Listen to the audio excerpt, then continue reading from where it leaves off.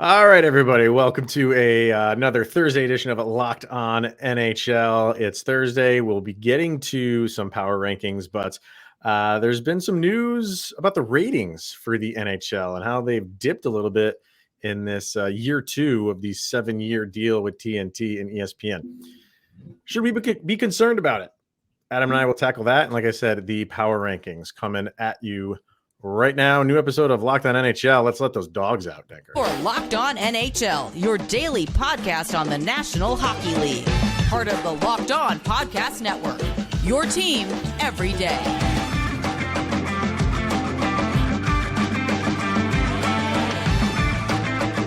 All right, everybody, welcome to another episode of Locked On NHL. We are part of the Locked On Podcast Network, your team every day. From the Locked On Lightning podcast, he is Mr. Mixtape Adam Denker from Locked On Avalanche. I am Chris Maselli. And yeah, we'll get to those power rankings in a little bit. And it's All-Star Weekend. And Denker and I just despise the All-Star Weekend. I mean, I talk about it on my show. I care more about the skills competition than the actual All-Star game. But will you be watching? No. You have zero interest. I really don't, Chris. I think until, and this might be a shock as to some people, and probably not a shock to my listeners because they know how we roll on Locked On Lightning. I didn't know what the data. I didn't even know what the date of the All-Star game was until like an hour ago. So, when was your team's last game? Friday, Thursday. So I've just been without hockey. I've just been living in hockey limbo, just hoping to wake up one day to actual regular season games, and instead of. See, I'll watch it because it is hockey and it is the NHL. So I will. Yeah. I'll watch it, but I won't be like. I know there's some people that absolutely love All-Star games. I'm not that person. And if the Avalanche didn't have 3 players in it, yeah, I maybe would still watch it, but it'd be one of those things that would be on in the background. And I wouldn't really care too much. Well, I just thought of a good idea as to how we could make it for someone like me who just could care less, who doesn't even know when the game is. Since we're in Miami, just have it outdoors, have it at a roller rink. And just play that way. Have the guys in shorts. I think they did something like that back in the 90s where it was like some charity fundraiser and you had a bunch of NHL guys playing roller hockey. That'd be cool. I think that'd be cool to see that. And yeah, I mean, I get the importance of being named an All-Star. And it's a big deal. And, at the end of your career, you can total up how many All-Star games you've been to and stuff like that. But nobody really remembers the actual game. Do you think those guys really care, like, if they get snubbed? Do you think, like, no, Braden Point is, like, sitting at home wishing he was in South Florida, playing in the biggest game that will ever be played all year in Sunset, Florida? Has he been to an All-Star game yet? No. Then he cares. So. I think then he cares until he gets to one. Like, I think he wants to go to one just to have the experience or whatever. And then after that, I don't think he cares anymore. I think they made an announcement during the last Lightning home game that like Kucherov, like kind of like a send-off thing. And Kuch was just like, I mean, Kuch is also just very nonchalant as it is about everything. Mm-hmm. So when they said that, it was like his mom was asking him to go like next door to help the elderly neighbor. And just rolling his eyes kind of deal. But it's going to grab eyes. But I guess, moving on to our first topic. What's not moving eyes apparently is the TNT broadcast, which Chris, I don't know how you feel about this, but quite honestly, and they came out the numbers and all that stuff, and you have them in front of you. I don't, but they had a drop in viewership since last year. My opinion, I'm not surprised. I'm really not surprised. So let me just throw this out there so we can start, with what those numbers are. And this was put up by Mark Burns. He tweeted this out. I don't know. Let's see. He works for Morning Consults. I don't know what they do, but he has the number somehow. Or actually, he says per findings of Austin Karp. So take that for what it is. He says the NHL regular season games to date have averaged 373,000 viewers on ESPN and TNT. The NHL average at this point last year was 478,000. So there's about 100,000 less than last year. I'll throw it to you first. Give me your thoughts on that, and then I will bring up something that The Athletic mentioned, which I think is very, very true and kind of telling. Doesn't explain. Well, I mean, it does explain some of it, but there's still issues clearly. So, what do you think of the ratings as a whole? I'm not surprised. I feel like last year they did a phenomenal job. I think the best you could do in terms of an inaugural season of televising a sport, especially one is hockey. You know, there's a lot of things you can do, and there's also a lot of things that you could absolutely miss the ball on. And I thought TNT did a phenomenal job of televising it, discussing it, building hype around it, everything that us as people who follow the sport, who are able to have a job talking about it, love to see, because it helps us out. It promotes everything around it. It creates excitement. This year, I feel like they got away from that. They really dove into the foolishness that we were able to see here and there throughout last year, like having Paul Bissonnette have that camaraderie with Wayne Gretzky and all the other guys there, and I believe Liam McHugh was on the broadcast with them, if I'm not mistaken. Yeah. I love that. I love all those little moments that those guys have to kind of keep it light. This year we got a little too crazy with it.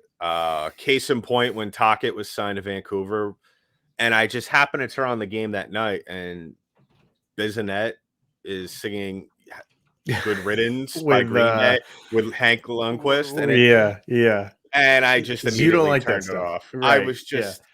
And I was just like, come on, like, let's talk about hockey. Let's talk about what kind of effect and they did ended up talking to him, which was good. But there's certain things that, you know, you go a little too far with. And you know, that's not the first instance. There's other instances that I can't think of right now. But I just feel like this season there was too much fluff around it, Chris. Yeah, what do you think?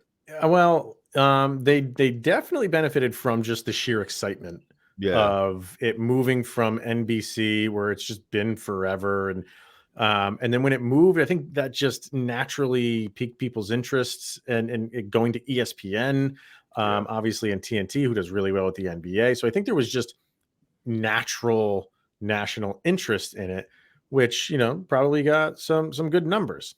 The Athletic did a really good short article about this.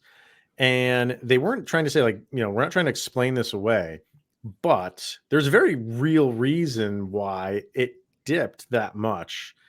And this year, when Sunday Night Football was going on, ESPN would throw a hockey game on. And that is just a disaster of a time slot for everybody other than Sunday Night Football. Yeah.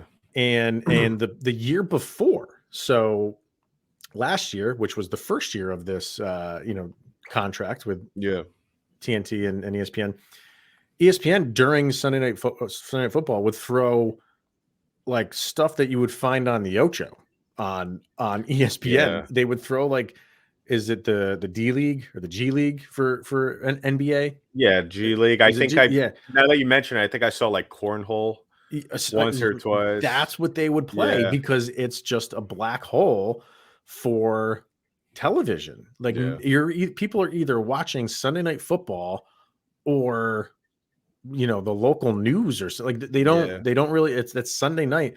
It's a terrible time slot.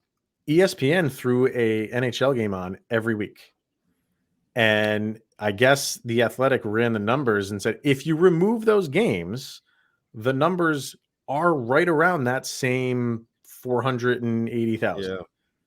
So you do have to look at it as like, okay, you have to take that into account. Yeah. Are there problems? Yeah, there are. Like, it's not trying to say like, oh, well, everything's okay if you just remove those games that ESPN threw up.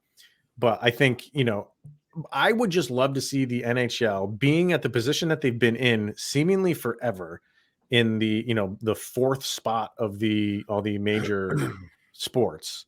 Yeah. Do some creative stuff here. Like, like, and I know this is easier said than done. Yeah. Figure out these blackouts. You know what I mean? Like, just why Yeah. can and stop making these things like you need to open up the floodgates of ideas and have things like, if you want to you don't have to buy Yeah. all of ESPN Plus. You can buy just Tampa Bay Lightning games. They Yeah. do that in the AHL.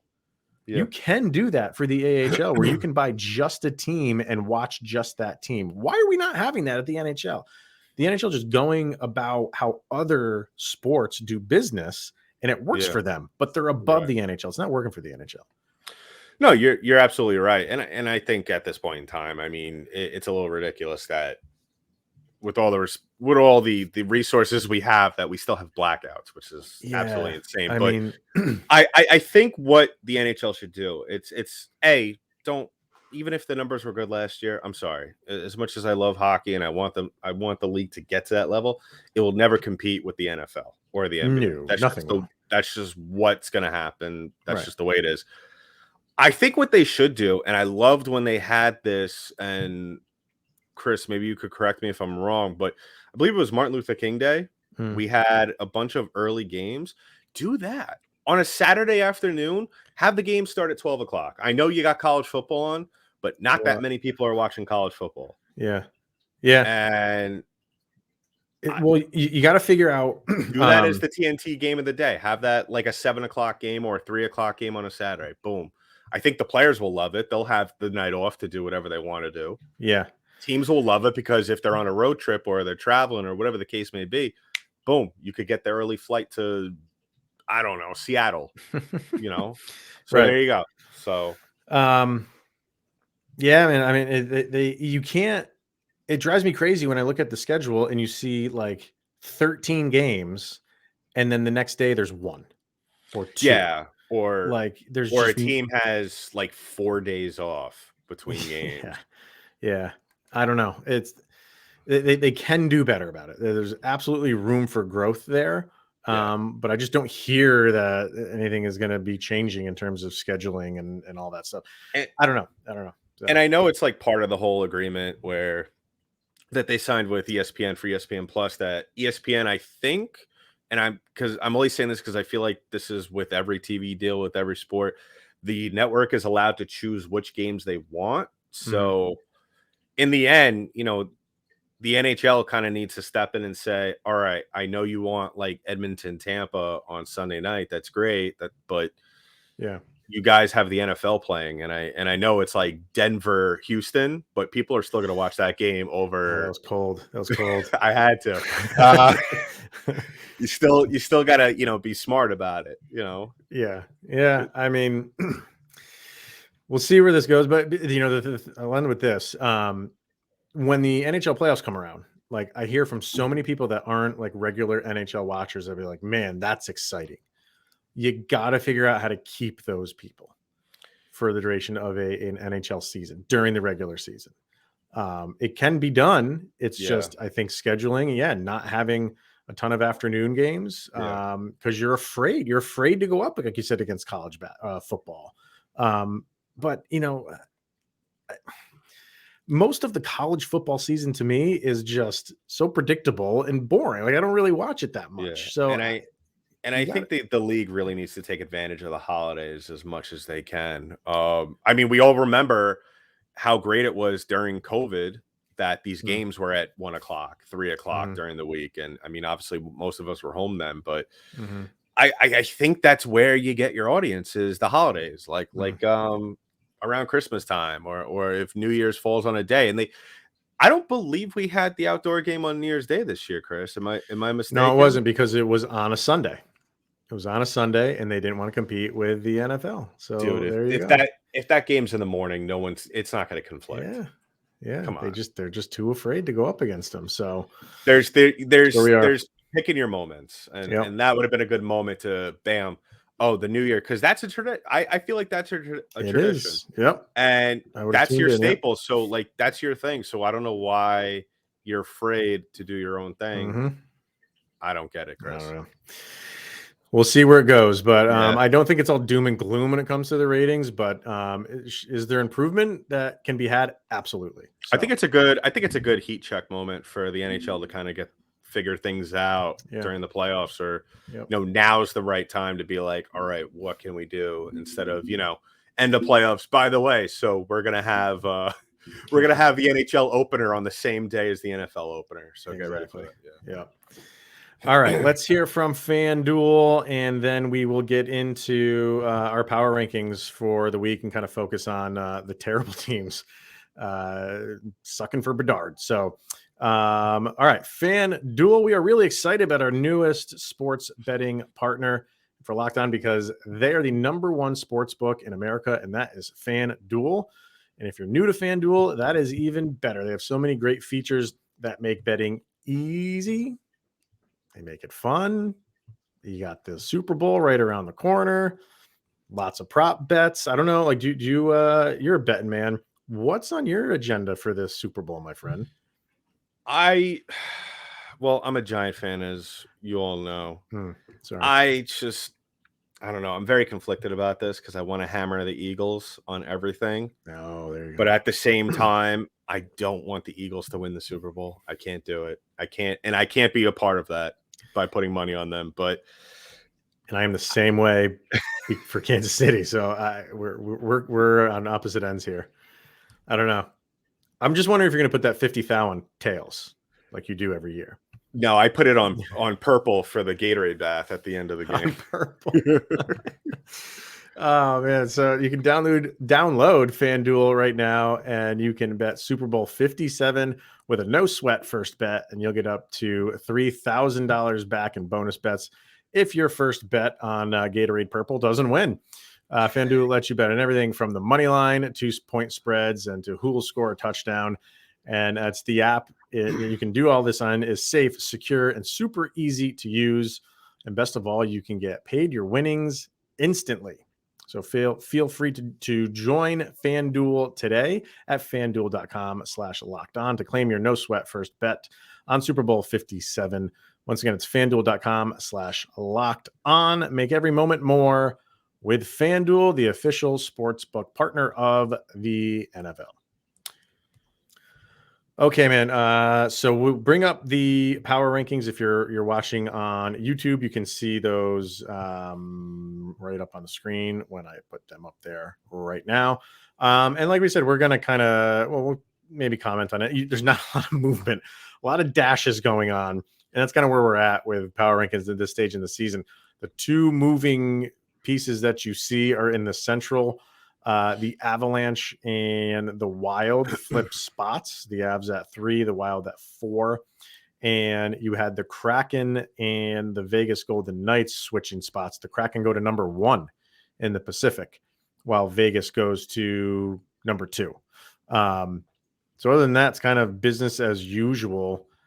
I'm wondering if I'd even put Vegas at #2 right now. I don't know if I would. I mean, are they division wise? Let's see. They're third right now in their own division, but they do have 2 games in hand over the Kings. But that's just my disdain for Vegas, where I would put them #3 without hesitation. So, but what we'll focus on here is kind of these bottom teams, and this is a big year for those guys because Connor Bedard is waiting for you. And I don't know how you want to just. I don't know if you want to rank them or because it's tough to rank because of the lottery system. But I would say, we can do that anyway. Just their best chances of getting him. So who do you think's at the top there? Well, I'm going to go with the FanDuel odds that they have for who's going to finish with the worst record. So actually shocking. I know Columbus is actually the favorite by a good margin to finish with the dead last in the league. Okay. As you said, it doesn't really matter because we have lottery and all that. My thinking, and this is always in the back of my head with lotteries, with the NHL and the NBA. It's just always in my head that there's some conspiracy theories going around of it's fixed to some degree. Do I genuinely believe that? No. But I just like for someone like Connor Bedard, who is everybody's expecting, a generational player, and he is clearly could be that. Do you think, no disrespect to the Columbus Blue Jackets, do you really think the league wants him in Columbus? I would be almost shocked if they win the lottery. Because it's not. Like, I mean, I'm you going. look what happened. Yeah, exactly. I mean, to prove your point, I mean, you look at, if you want to look at, because the league wants him to be the next star, obviously, Sure, right.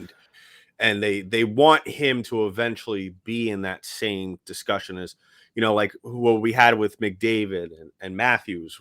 They eventually want to have the conversation: who's better, Zegras or Bedard? So. And there's other players, obviously, we could throw in there, Makar, I guess, right. but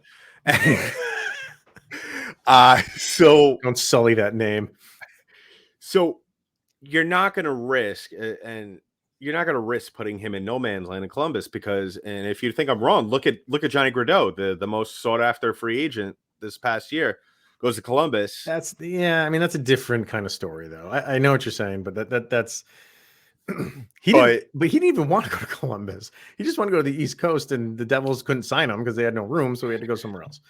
If he really wanted to make a deal happen, he would have been in New Jersey. It could have happened. Yeah. So, but what are you saying? Are you saying like he won't go to Columbus because the league won't allow it? Like there is some conspiracy theory going on? I would believe that we will see, like, Columbus will be the first team off the board whose envelope or ball that will come up first. But the way that it works is like they won't be able to finish. Like whoever has the best odds can't, as long as they keep it the same, can't drop lower than like fourth or something like that. So I'm sure Columbus couldn't be they'll institute a rule last minute. Yeah, Columbus couldn't be like 15th or something like that. So, but I think it's tough to envision him in a Columbus. Well, my thing, Chris, is that I think that there are only two teams out of this group, and I'll list off the teams that they have listed off as Columbus, Arizona, Vancouver, Chicago, San Jose, Ottawa, Anaheim, Montreal, and Philly. Mm-hmm. And they're also in that order from worst to least likely to finish with the worst record. Okay. So I think the two teams that we should be looking out for, and we should not all be surprised, if you want to place your tinfoil hat on, to finish 1-2, is Anaheim and Chicago. Because for Connor Bedard to potentially end up on an original six team, I think the league loves that. I know how you feel about original six. Yeah, no, I get it. Yeah. On the other side of that, I think it would be great because we know how much the league loves to have the West Coast team succeed because of hockey. Never thought they would be able to succeed in California. Now Gretzky going there. You have this explosion of hockey teams on the West Coast, including Seattle and the Pacific Northwest.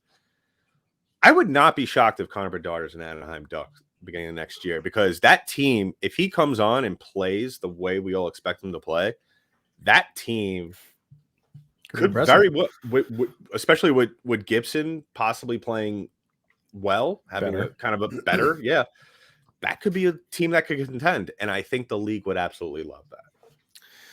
So, all right, let's get to Built Bar, and then there's kind of a question I want to ask you, kind of about stuff about the teams that exist right now, like the rosters that exist right now, and all of these sales and trades that they make. How much do they get rid of and still going to be in play for Bedard? I'll explain what I mean after we hear from Built Bar. If you're looking for a delicious treat but don't want all the fat and calories, then you have got to try a Built Bar. Obviously, we're into February now, so there's probably some New Year's resolutions that have gone by the wayside, especially for you, Mr. Denker. I'm assuming. Yeah. I mean, I think February or March, where am I? January 3rd was you had given up on yours by then. I think I gave up the morning of January 1st. So 12:02 a.m. The confetti hadn't even landed yet, and Denkers. I couldn't even find the cork from the champagne bottle yet before I decided. What makes Built Bars so good? Well, for starters, they're covered in 100% real chocolate. That is right, real chocolate, and they come in unbelievably delicious flavors like churro, peanut butter brownie, and coconut almond. And right now is the best news of all. Before, we always did these ad reads. You can always get Built Bars over at Built.com. Now you can get Built Bars in Sam's Club and Walmart. And they do exist. My wife and I went there a couple weeks ago, and they were literally, as soon as I did the Jedi trick with the doors, so they opened up. That's the only way they open. And as soon as I walked through there, bam, Built Bars front and center, baby, right there, delicious. So you can now get them multiple ways: Sam's Club, Walmart, and of course still at Built.com. So get back on that New Year's resolution if you've gotten off of it, and make Built Bar a part of your healthy diet over at Built.com. All right, sir. So my question to you is, everybody's in this for Connor Bedard, and all these teams that this is the time of the year where, deals are about to be made. You had a couple that happened already, surprisingly, with the Islanders. But you're going to start seeing more of this as the trade deadline gets closer and closer and closer. And you hear all the names that are on these teams that are at the bottom of the standings and what they want to get in return. It's the nature of the beast for this time of the year. How much do teams like San Jose and Anaheim and Chicago, how much do they get rid of kind of like their bigger names just to bring in prospects and picks?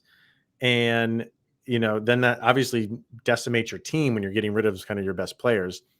And then maybe your percentages go up a little bit more because you start playing poorly to get that number one pick, to get Connor Bedard. So let's just take Chicago, right? Let's say Chicago gets rid of Taves and Kane and Seth Jones, like their best players, right? Now they're left with nothing, and they get Connor Bedard. And now what? Like now you're starting all over again. So do you hang on to some of those guys and hope that you still can somehow get that number one pick? Because if you get him and don't give up everything, you're already ahead of the game. That's tough, man. I think that's I think that's kind of like a team by team basis. I think it depends on what the GM feels about their chances. Like, are we looking at possibly winning the next 2 years, or are we looking at possibly being competitive and winning in the next 5 to 6? If it's the next 5 to 6, I think if you're the GM of the Blackhawks, I think you could say, all right, let's trade Jones and Taves and Kane and just get back picks and prospects and just play. And then if you get Bedard, like, he's not going to turn that team around in year one. No, but that's the face of the franchise. Obviously you want him. I mean, you also look at it this way. I mean, we always say sometimes like that being the face of the franchise, playing for a team that is not good, that's going to be bottom dwelling for a superstar, that could be tough. That could build them into a sort of like a winner, kind of what we saw with Sidney Crosby. At the same time, also, he had like Malkin in his second year. He had Mario Lemieux on the team as a leader. So there was that help. I mean, you look at a guy like Connor McDavid, like the Oilers were just abysmal when he came to them, and look where they are now. It hasn't gotten better. So I think there's a lot of factors that play into it. But I think if I was the GM of a team, I would want to have something. I would want I think that, like, I think this is where the Blackhawks maybe kind of cheated themselves out a bit. Obviously, I don't think anyone knew they're going to be this bad, but signing, or I don't know if they, maybe you could remind me, with the Alex DeBrincat, they let him go, or was he traded to Ottawa? He was traded. Yeah. I think you kind of shot yourself in the foot there, because if we're trading away Kane and Taves, now you have a chance at Bedard, and you also trade Jones. Well, guess what? You still have DeBrincat as right. That I think that surprised people. guy. Yeah. And But you look at a team like Vancouver, you look at a team like Arizona. Yeah, they have Clayton Keller. Yeah, Vancouver has Brock Boeser, but I mean, those aren't really maybe Clayton Keller. I mean, does Connor Bedard really want to play in front of 5,000 people? No, well, I think him alone will draw some, season ticket sales. But that's the thing But also, Chris. We could also have we could also have a situation where we could have an Eric Lindros type situation where Bedard could say, I don't want to play here. You could draft me, but I'm not going to play for you. I mean, that's always possible. I've seen interviews with this kid. He seems like he's wherever he's getting drafted, he's going to, I don't see him going down that road. I don't see it happening. But the reason I bring that up is like the one player that I always feel bad for to this day in the NFL is David Carr. You get drafted as the face of a franchise as a rookie quarterback. Yeah. And they give up on you like immediately. And it's like, what did you expect from this guy? And I'm not saying that's where Connor Bedard is going to go. Yeah. It's a different sport. I'm not saying, but I think like if you get rid of all of your big pieces and then make him the face of the franchise, that's a lot of pressure to put on this kid right off the bat. And I know McDavid did it. So I don't know, like it's just a fine line that I feel like these teams have to walk of not being so bad that when you get him, if you're the worst team in the league, if you're Columbus, if you're Arizona, if you are Chicago and you do get him and there is zero support for him, that first year is going to be miserable. And I know you can turn things around and with free agency and bring guys in and start building around him. But, the guy's going to get crushed. I mean, you brought up a good point that it can't fall all on him. And the big thing, everyone says he's a great player and we've seen highlights of him almost on a nightly basis now. Mm-hmm. But the one thing that everyone always says, look how small he is. Now, if you have a group of guys that are, third liners, fourth liners on any other team in the league playing alongside him, playing on the first, second line, I mean, you could put yourself in a situation where you trade away all these pieces and just to get the first or just have a chance to get the first overall pick, you get him and he's not able to get it together because he's so overwhelmed. Like you said, is he going to be able to handle a situation like that? On top of that, it's going to take this isn't going to be that kind of situation where he's going to come out and score 50 goals. This is with Connor Bedard. I feel like it's going to take him a couple of years, kind of like what we saw from Jack Hughes. It took Jack Hughes a couple of years going, and look at this year. Now he's looking like that franchise face in New Jersey. And I think that's what it's going to be for Bedard. I think he's really going to he's going to have his moments, but it's not going to be anything too crazy. He's not. I don't think he's going to win Rookie of the Year, to be honest. But really, well, that's a good question. Like, you don't want to hammer him into submission where he's just a ghost out there mentally. I think it depends on what team he goes to if he's going to be Rookie of the Year or not. You know what I mean? Like if he is the face and the savior for the team for that year, that's going to be tough. If he goes to, when the Rangers got that number one pick, they were a really good team. Like he could do a lot of damage on the team. It's a different year. That was a COVID draft, but right. Well, let me ask you, Chris, out of all the teams that are in the cellar that have the best odds right now, who do you think is the best fit for him? And again, this is just with how much are teams getting rid of players, which we don't know that stuff right now. As far as fit, I think like which fan base would just go like bonkers for him. They all would, obviously. Yeah. Man, you know who I just keep gravitating towards for some reason? Philly. Yeah, I knew you were going to say that. They would, and everything just seems to be going right for the people of Philadelphia right now, with the exception of the Flyers. So it would not surprise me if the Eagles go win the Super Bowl, and then a few months later, when we do the NHL lottery, the Flyers are there at number one. that is a team the league would love for him to go to. I think, though, that's going to cause a lot of controversy within the organization because there's going to be a way the front office is going to want Tortorella to coach. I was going to say, there's going to be a way that Tortorella is going to want to coach. And I wouldn't be shocked. I mean, we joked about this before, I believe, where I said I wouldn't be shocked if we see him get healthy scratched a couple of times if he's a Flyer very early on in the season. That's not going to happen. You know why? If the Philadelphia Flyers are their card is turned around and they are the number one pick, they are calling a press conference the next day to fire John Tortorella. Really? Because I don't think they want their prized possession being brought up by John Tortorella. I don't think so. I'm just saying. Who knows? Well, if you're John Tortorella, you're hoping you don't get the first overall pick. Your job is on the line if you get the first overall pick. Oh yeah. So we'll leave it there.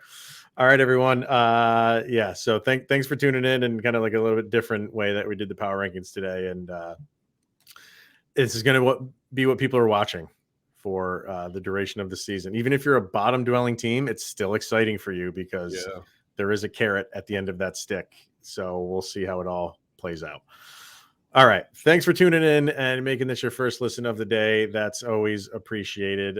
For Locked On Lightning, he is Mr. Adam Denker. I'm Chris Maselli with Locked On Avalanche.